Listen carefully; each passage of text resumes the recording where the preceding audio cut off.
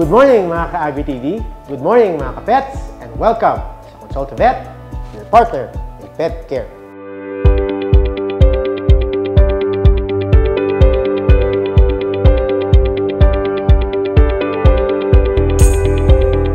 On today's episode, sasagutin po natin ang isa sa mga katanungan ng ating mga ka-pet tungkol po sa tanong na nagpupunta din po ba sa dentista ang ating mga alagang pets.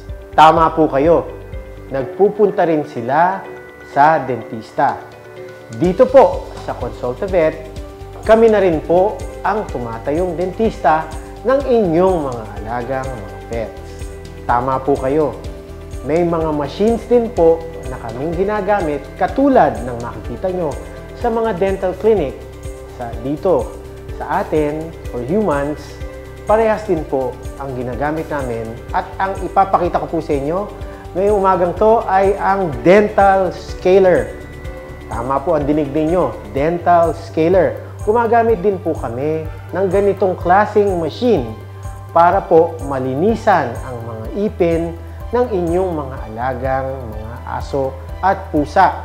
Ano po ba ang ginagawa ng dental scaler?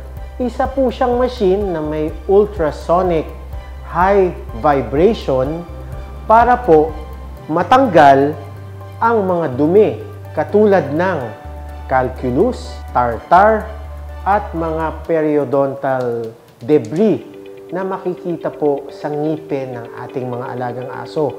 Marami po yan. Bakit po? Kasi hindi naman po sila araw-araw nagtututbrush. Di tulad nating mga tao, di ba?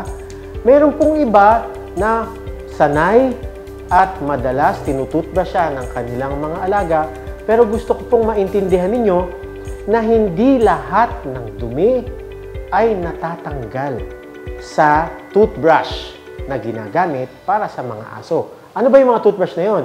Yung finger toothbrush at saka yung toothbrush na may handle. Ang natatanggal lang po doon yung mga mild na dumi. Since hindi nga po sila araw nagtutoothbrush, naiiwan at dumidikit yung dumi na yon tulad ng tartar at yung mga iba pang mga dumi, mahirap po yung tanggalin at hindi kaya ng toothbrush. Kung kaya't merong dental scaler na gagawa niyan. Isa po sa mga parts ng dental scaler ay ang tinatawag nating mouthpiece at dito po lumalabas yung ultrasonic vibration para kapag dinikit nyo po ito dun sa enamel ng ngipin, matatanggal yung nakadikit na tartar na hindi kayang tanggalin ng toothbrush. Kapag hindi po kasi naalis yan, nagkakokos po siya ng pamamaga ng gums o yung tinatawag na gingivitis. Kapag nagkaroon po ng gingivitis, hindi po makakakain ang inyong mga alaga, madadagdagan at mag-worsen sa periodontitis at mabubulok din yung kanilang ngipin katulad sa tao. So kapag ginawa po ito, mas mabilis siyang matatanggal at pag natanggal yon, malinis na at babango na ang bibig at ngipin ng inyong mga alagang aso. Hindi na siya magkakasakit at lalakas siya lalong kumain. So ginagawa ito usually namin dito sa clinic sa ating mga alaga every 3 months. Yan po yung ideal. Katulad din po sa tao, di ba? Sa dentista, madalas tayo every 6 months, bumibisita tayo sa ating mga dentista at nagpapalinis tayo. Gamit din ang ganitong klaseng machine, yung dental scaler. Nakakabit po dito yung tinatawag nating water tank dahil kapag umaandar itong ultrasonic scaler, may kasama po siyang tubig na lumalabas sa bibig ng alaga para habang kinakaskas natin at nagbabibrate sa surface ng ngipin, hindi po masakit at hindi nangingilo kapag walang water na kasama. Kaya may water tank po yan, lalabas dito sa tube na to at kasama kapag umaandar yung tubig na lumalabas.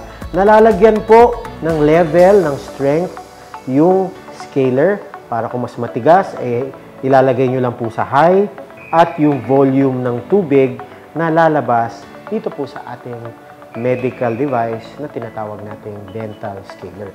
Kaya ako po, ini-invite ko kayong lahat para magkaroon ng maganda at malinis at the best oral hygiene ang inyong mga alagang aso. As a general reminder, dalhin niyo po ang inyong mga alagang aso para sa kanilang regular oral hygiene dental scaling, usually every 3 to 6 months, para malinisan mabuti ang inyong mga alagang aso. Ang kanilang mga bibig ay babango at magiging healthy sila habang sila ay lumalaki.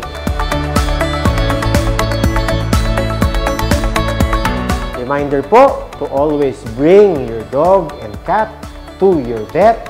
Dito lamang po sa Consult a Vet with branches at Capitol Hills Drive, Tandang Sora, Dahlia Fairview at Imos Cavite branches. Consult a Vet, your partner in pet care.